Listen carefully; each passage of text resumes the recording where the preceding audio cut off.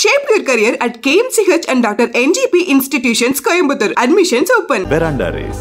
Banking மற்றும் government தேர்வுகளுக்கான online மற்றும் ஆஃப்லைன் பயிற்சி. Bad Rabbit, India's finest audio wearable brand.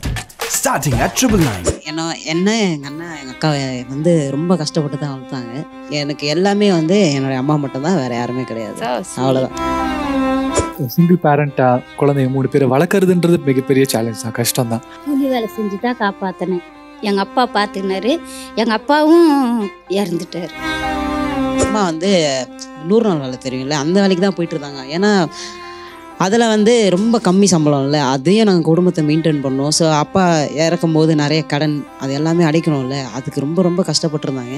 இப்போது நம்ம இவ்வளோ சம்பாதிக்கும் போது நமக்கு இவ்வளோ கஷ்டமாக இருக்கு, அப்போ அவ்வளோ சம்பாதிக்கும் போது எவ்வளோ கஷ்டப்பட்டுருப்பாங்க அப்படின்னு தான் என் மைண்டில் ஓடிட்டே இருக்கும். ஏன்னா ஒரே ஆள் மொத்த குடும்பத்தையும் பார்த்துக்கணும். நீங்கள் சம்பாதிச்சு 3 பசங்களை பார்த்துக்கிட்டீங்க, குடும்பத்தை நடத்துனீங்க. ஃபர்ஸ்ட் டைம் வாங்கின அந்த காசு எவ்வளோ? ஃபர்ஸ்ட் டைம் 100 நாள் வேலை 150 ரூபா தருவாங்க.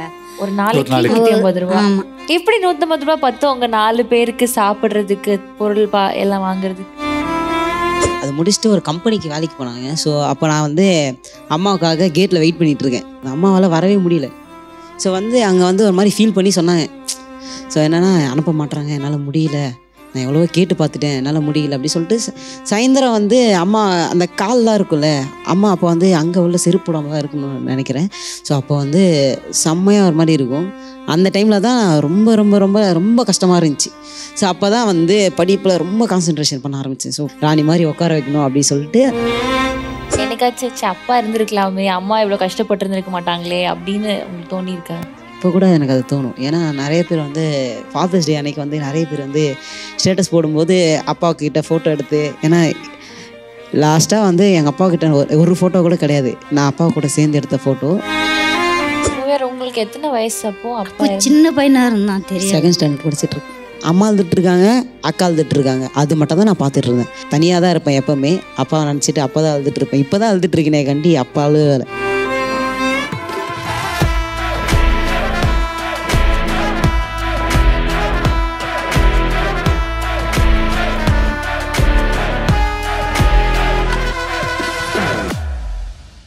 புவையார், ஹலோக்கா. எப்படி ஸ்டார்ட் பண்ணணும் தெரியும்? பாட்டு பண்ணோம்ல.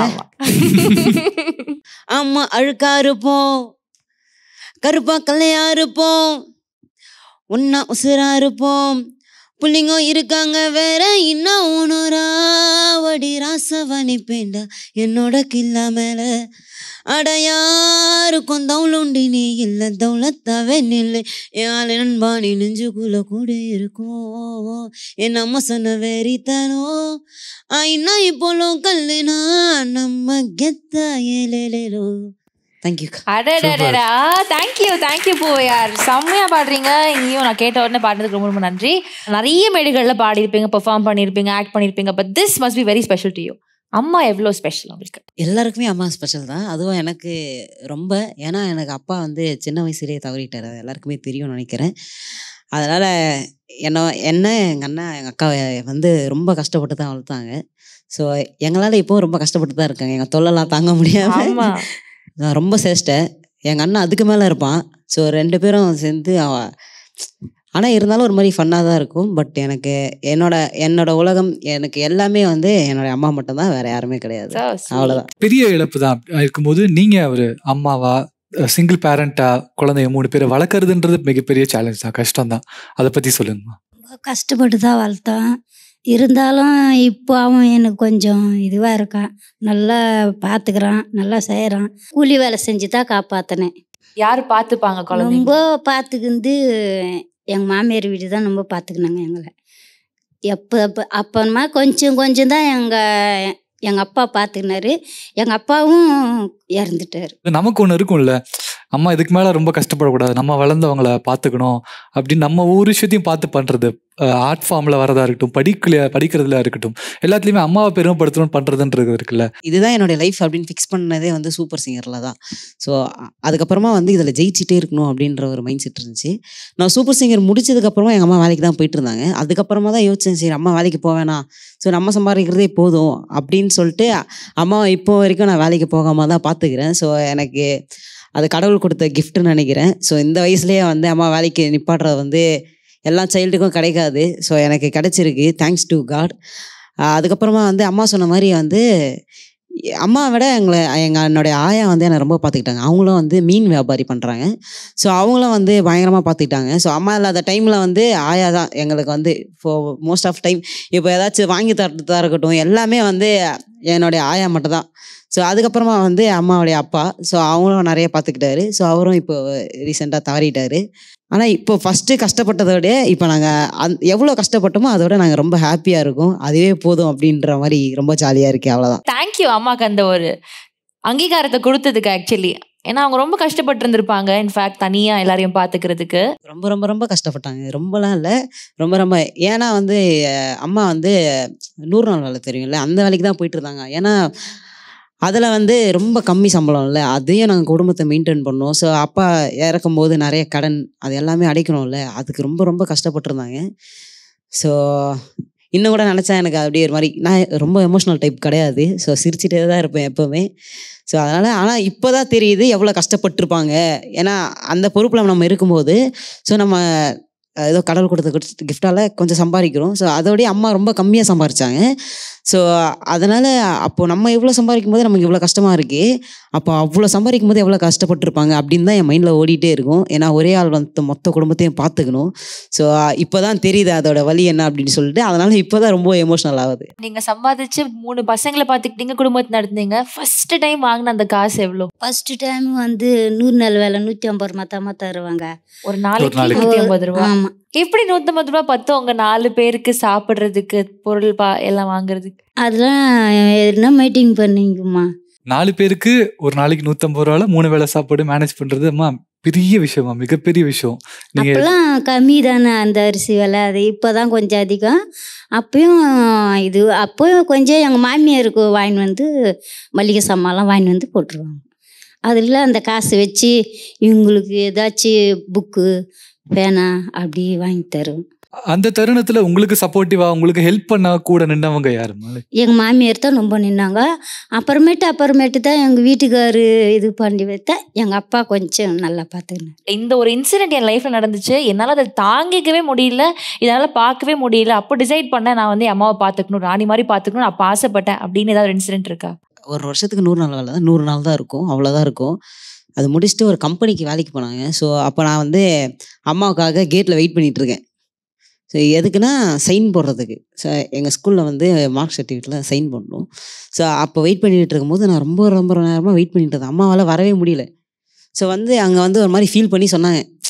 ஸோ என்னென்னா அனுப்ப மாட்டுறாங்க, என்னால் முடியல, நான் எவ்வளவோ கேட்டு பார்த்துட்டேன், என்னால் முடியல அப்படி சொல்லிட்டு சாயந்தரம் வந்து அம்மா அந்த கால்லாம் இருக்குல்ல, அம்மா அப்போ வந்து அங்கே உள்ள செருப்பு போடாமல் தான் இருக்கணும்னு நினைக்கிறேன். ஸோ அப்போ வந்து செம்மையாக ஒரு மாதிரி இருக்கும். அந்த டைமில் தான் ரொம்ப ரொம்ப ரொம்ப ரொம்ப கஷ்டமாக இருந்துச்சு.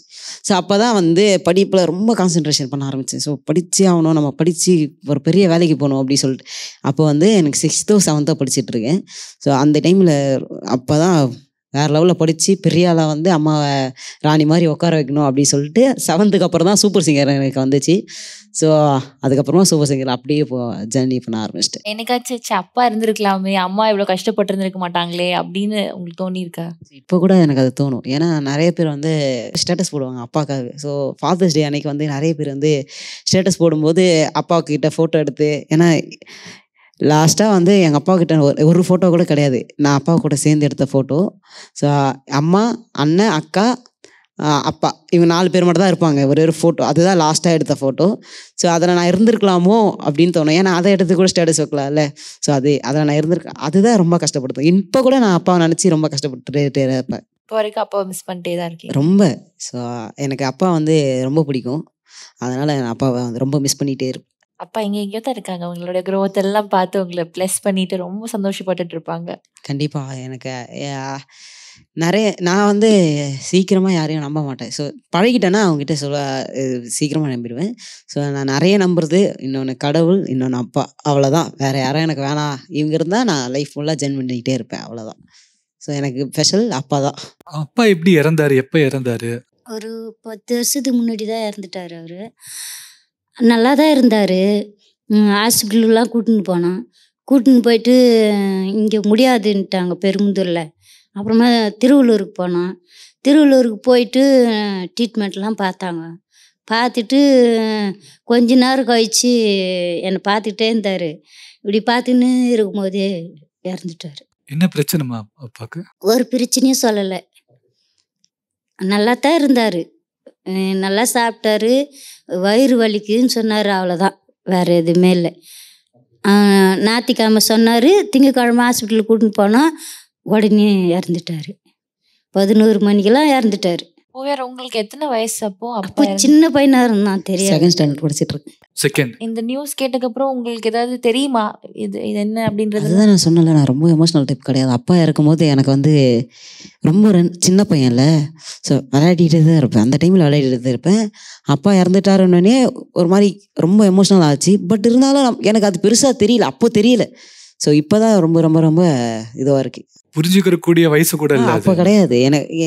நான் வந்து அம்மா அழுதுட்டு இருக்காங்க, அக்கா அழுதுட்டு இருக்காங்க, அது மட்டும் தான் நான் பார்த்துட்டு இருந்தேன். வேறு எதுவுமே எங்கள் அண்ணனுக்கும் அப்போ சின்ன வயசு தான். என்னோட அண்ணன் வந்து 2 வயசு தான் பெரியவன். ஸோ நானும் எங்கள் அண்ணன் பக்கத்தில் தான் இருக்கோம். அம்மா அழுதுட்டு இருக்காங்க, அப்பா அழுதுட்டு இருக்காங்க, சுற்றி அழுதுட்டு இருக்காங்க, அது மட்டும் தான் நாங்கள் பார்த்துட்டு இருக்கோம். ஸோ எங்களாலே அழுவ முடியல, ஏன்னா அதுக்கு எங்களுக்கு அது தெரியல அப்போது. ஸோ இப்போ தான் நிறைய, ஸோ நான் ரொம்ப லோன்லி டைப். ஸோ தனியாக தான் இருப்பேன் எப்போவுமே. அப்பாவை நினச்சிட்டு அப்போ தான் அழுதுட்டு இருப்பேன். இப்போ தான் அழுதுட்டு இருக்கேனே கண்டி அப்பா அழுவலை. ஸோ உங்களுக்கு வந்து எந்தெந்த அச்சீவ்மெண்ட்ஸ் நீங்கள் பண்ணுறப்போ இல்லை எந்தெந்த இன்சிடென்ட்ஸ் நடக்கிறப்போ அப்பா இருந்திருக்கலாமே இந்த விஷயத்தில் அப்படின்னு தோணும் உங்களுக்கு? எனக்கு அவார்டு வாங்குறப்போ அப்பா இருந்திருக்கலாமே தோணும். ஏன்னா அப்போ கூட கூப்பிட்டு போகும்போது அப்பாவுக்கு ரொம்ப பெருமையாக இருக்கும். ஏன் அப்படின்னா என்னோட பேர் வந்து போயார், இது வந்து ஒரு பெரிய கட்சி தலையோட ஒரு பேர். அம்மாவோட கூட வேலை செய்கிறவங்க வந்து சொல்லிட்டு இருப்பாங்களா, போயார்னு ஒரு பேர் வச்சுக்கிங்களே, வேறு ஏதாச்சும் பேர் வச்சிருக்கலாம் அப்படின்னு சொல்லிட்டு, ஏன் அந்த கட்சி தலைவர் பேர் வச்சிங்க அப்படின்னு கேட்டாங்க. அப்போ அப்பா சொல்லுவாரா, ஒரு காலத்தில் என் பையன் பெரிய ஆளாக வருவான், இந்த பேருக்காகவே அவன் வந்து பயங்கர பெரிய ஆளாக வருவான். அப்பா சொல்லிட்டு அம்மா என்கிட்ட சொல்லிகிட்டே இருப்பாங்க. ஸோ அதை நம்ம இப்போ அச்சீவ் பண்ணியிருக்கோம். ஒரு அவார்டு வாங்குறப்போ அப்போ தோணும்ல. ஸோ எனக்கு அப்போ தான் தோணும், ஒரு ஏதாச்சும் ஒரு பெருசாக அச்சீவ்மெண்ட் பண்ணும்போது அப்போ தோணும். ஸோ அப்போதான் அப்பாவை ரொம்ப ரொம்ப மிஸ் பண்ணுவேன். சின்ன சின்ன விஷயங்கள் ஞாபகம் இருக்குல்ல அப்பா கூட பண்ணது, அது ஒரு நல்ல விஷயம், தருணம் ஏதாவது? நிறைய எங்கள் அப்பா கூட வந்து மார்னிங் 3 மணிக்கு இருந்து டீ வாங்க போவோம் நானும் அப்பாலாம். ஸோ அப்பா அது ஞாபகம் இருக்குது, அடிக்கடிக்கு போவோம். அதுக்கப்புறமா என்னை ஒரு வாட்டி அடிச்சிட்டாரு எங்கள் அப்பா, பயங்கரமாக அடிச்சிட்டாரு. இங்கே இந்த தழும்பு கூட எங்கள் அப்பா போட்டது தான். ஸோ அடித்து இந்த கை பயங்கரமாக வீங்கிருச்சு.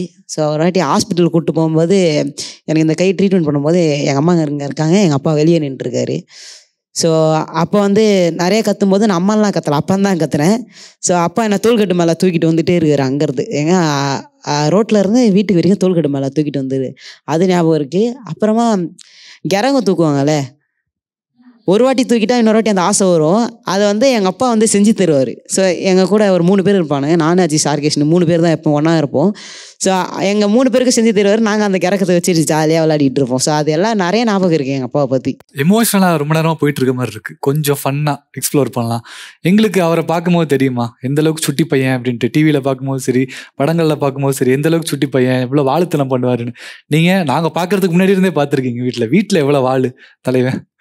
இப்போ முதிய தான் இருக்கிறான். அப்போல்லாம் ரொம்ப இதுவாக தான் இருப்பான். அவங்க அப்பா கூட எங்கே வேணாலும் போயிட்டு வருவான், எங்கே வேணாலும் வருவான். நம்ம அந்த இது கற்றுக்காதன்னா அப்போ தான் அந்த கற்றுக்குவான். டோலாக்கில் அப்பயே நல்லா ஒரு சின்ன ஐயப்பன் கோயிலுக்கு போயிட்டு வந்தார் எங்கள் வீட்டுக்காரு. அப்போ வந்து அந்த மோளம் ஒன்று வாங்கிட்டு வந்து அதில் சூப்பராக வாசிப்பான். அவரே கற்று தருவார், இப்படி அடிக்கணும், அப்படி செய்யணும், இப்படி அடிக்கணும், இது சொல்லி தருவார். அதெல்லாம் அப்பயே நல்லா அழகாக பண்ணுவான். அவரே ஸ்டிச்சிங் எடுப்பார், இதுமாரி பண்ணுறான் அப்படின்னு சொல்லிட்டு. நான் இப்படியே சொல்லித்தரே இதெல்லாம் அப்படின்னு சொல்லிட்டு சொல்லுவேன். என் புள்ள இதாலே பெரிய ஆளாக வருவான்ட்டு சொல்லுவார். அதை ரீக்ரியேட் பண்ணுறதுக்காக ஒரு ஸ்பெஷலாக ஒரு விஷயம் இன்னைக்கு கொண்டு வந்திருக்கோம், எங்களுக்காக ஆச்சு காட்டுறீங்களா? ஓகே.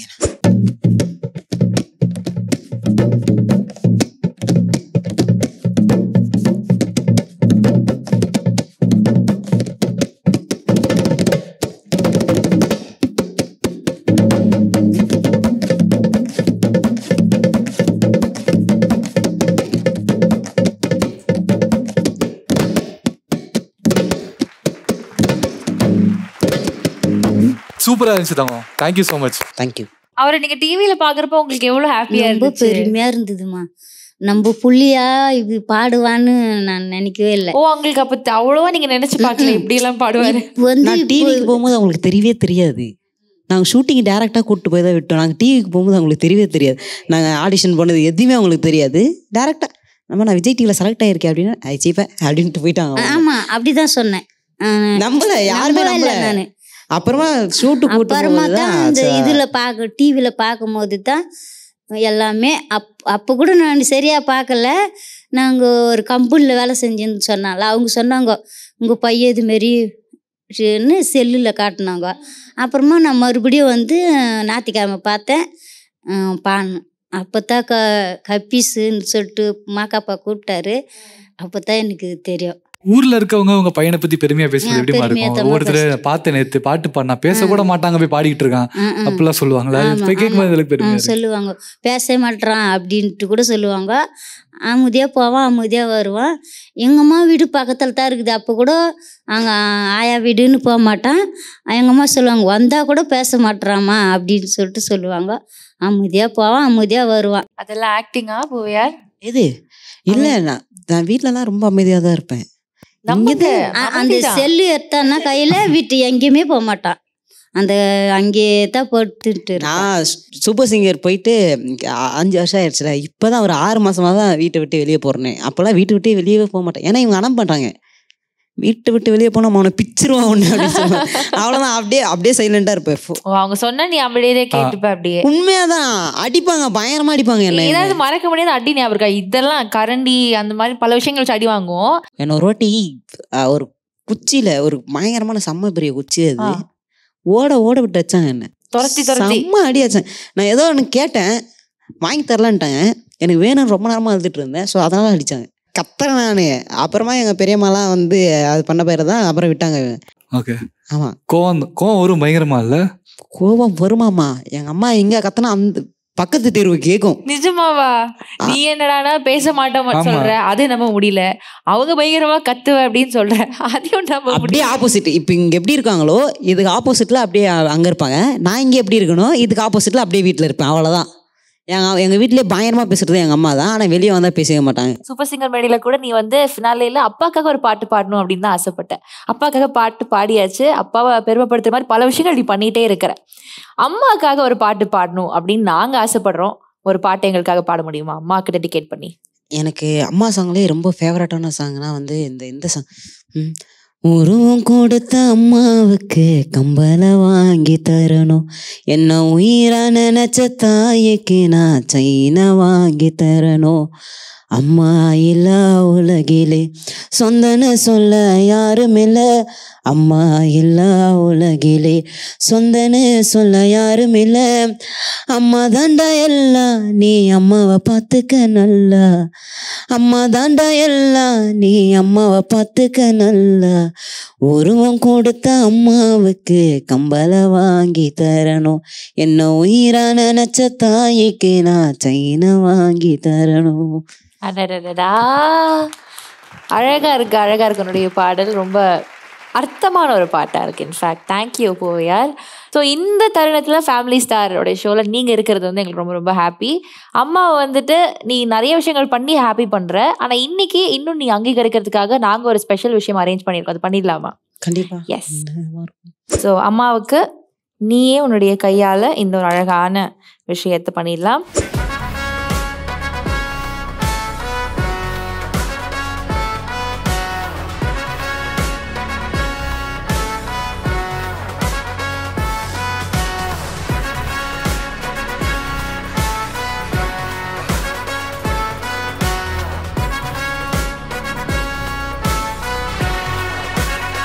எஸ். ஸோ பூவையார் அம்மா கையில் ஒரு அழகான அவார்டு கிரீடெல்லாம் வச்சு ரொம்ப அழகாக இருக்காங்க இன்னும் பார்க்குறதுக்கு. எனக்கு ரொம்ப ரொம்ப சந்தோஷமா இருக்கு. ஏன்னா நான் அந்த மாதிரி பண்ணதே இல்லை அம்மாவை. அதுவும் இல்லாமல் ஃபர்ஸ்ட் டைம் அம்மாவை ஹக் பண்ணியிருக்கேன். அச்சோ, நான் பண்ணதே இல்லை. ரொம்ப ஹாப்பியாக இருக்கு. So thanks to SS music. ரொம்ப நன்றி இந்த தருணத்தை எனக்கு ஏற்படுத்தி கொடுத்ததுக்கு. ரொம்ப ரொம்ப தேங்க்ஸ். கஷ்டம்னா என்னன்னே தெரியாது. அந்தளவுக்கு நாங்கள் ஒன்று ஆசைப்பட்டோம்னா வாங்கி கொடுத்துருவாங்க. அதனால தான் நாங்களும் இப்படி இருக்கிறோம். காசோட அருமை எனக்கும் தெரியாது, அவனுக்கும் தெரியாது. என்னென்னு பயம்னா எல்லா பிள்ளைங்களையும் மாதிரி நம்ம பிள்ளைகளும் அப்பா இல்லை அதான் நம்ம அம்மா தரமாட்டேங்கிறாங்களோன்னு பயந்துடக்கூடாதுங்கிற ஒரே எண்ணத்தில் அந்த எண்ணமே வந்துடக்கூடாதுன்னே நான் அவனுக்கும் அப்படி கொஞ்சம் செய்வேன். கஷ்டமே தெரியக்கூடாது அப்படின்னு வளர்த்தேன். பக்கத்தில் வந்து ஒரு வீடியோ காமிச்சாங்க, என்னையா ஏதோ பிள்ளைய கூப்பிட்டு வீட்டுக்குள்ளே ஆடிட்டு அடக்கிய அப்படி. டிக்டாக்ல நமக்கு டூயட்னு ஒரு ஆப்ஷன் இருக்குல்ல, நம்ம கூட யாராவது டூயட் பண்ணியிருப்பாங்க, அந்த மாதிரி யாரோ ஒரு பொண்ணு பண்ணியிருக்காங்க அந்த வீடியோ. நான் எம்மா அது யார் என்னன்னே எனக்கு தெரியாதும்மா. யார் என்னன்னே தெரியாத பிள்ளை கூட உனக்கு என்னப்பா சாவாசம், இதுக்கு தான் நீ அத்தை வீட்டிலலாம் இருக்க மாட்டேங்கியா, ரூமு தனியாக எடுத்து நான் ரூமில் தனியாக இருக்கேங்கியாப்பா, அப்படியே அதனால அம்மா கிட்ட சொல்லியிருப்பா, அசிங்கப்படுத்திப்படாதப்பா. 5 மணிக்கு அலாரம் வச்சிடும் காலையில். வீடியோ எடுத்து முடிச்சு அப்லோட்லாம் பண்ணதுக்கப்புறம் தான் தூக்க கலக்கத்துலேயே வீடியோ பண்ணியிருக்கோம் அப்படின்னு தெரியும். இந்த அளவு அப்பெல்லாம் பண்ணும்போது நிறைய பசங்க ஊரில் இருக்கணும், அதெல்லாம் கலராக இருக்கிறவங்க தானே பண்ணணும், கலராக அழகாக இருந்தால் தான் அதெல்லாம் ஏற்றுக்குவாங்க, நீ பண்ண எவன் ஏற்றுக்குவான், இந்த 300-400 லைக்குக்கு நீ இப்படி காலையிலே கண்ணு முடிச்சு போய் பண்ணுறியா அப்படின்னு நிறைய திட்டிருக்காங்க.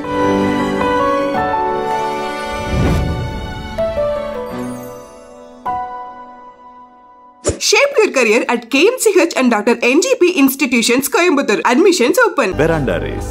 பேங்கிங் மற்றும் கவர்மெண்ட் தேர்வுகளுக்கான ஆன்லைன் மற்றும் ஆஃப்லைன் பயிற்சி. Mad Rapid, India's finest audio wearable brand, starting at 999.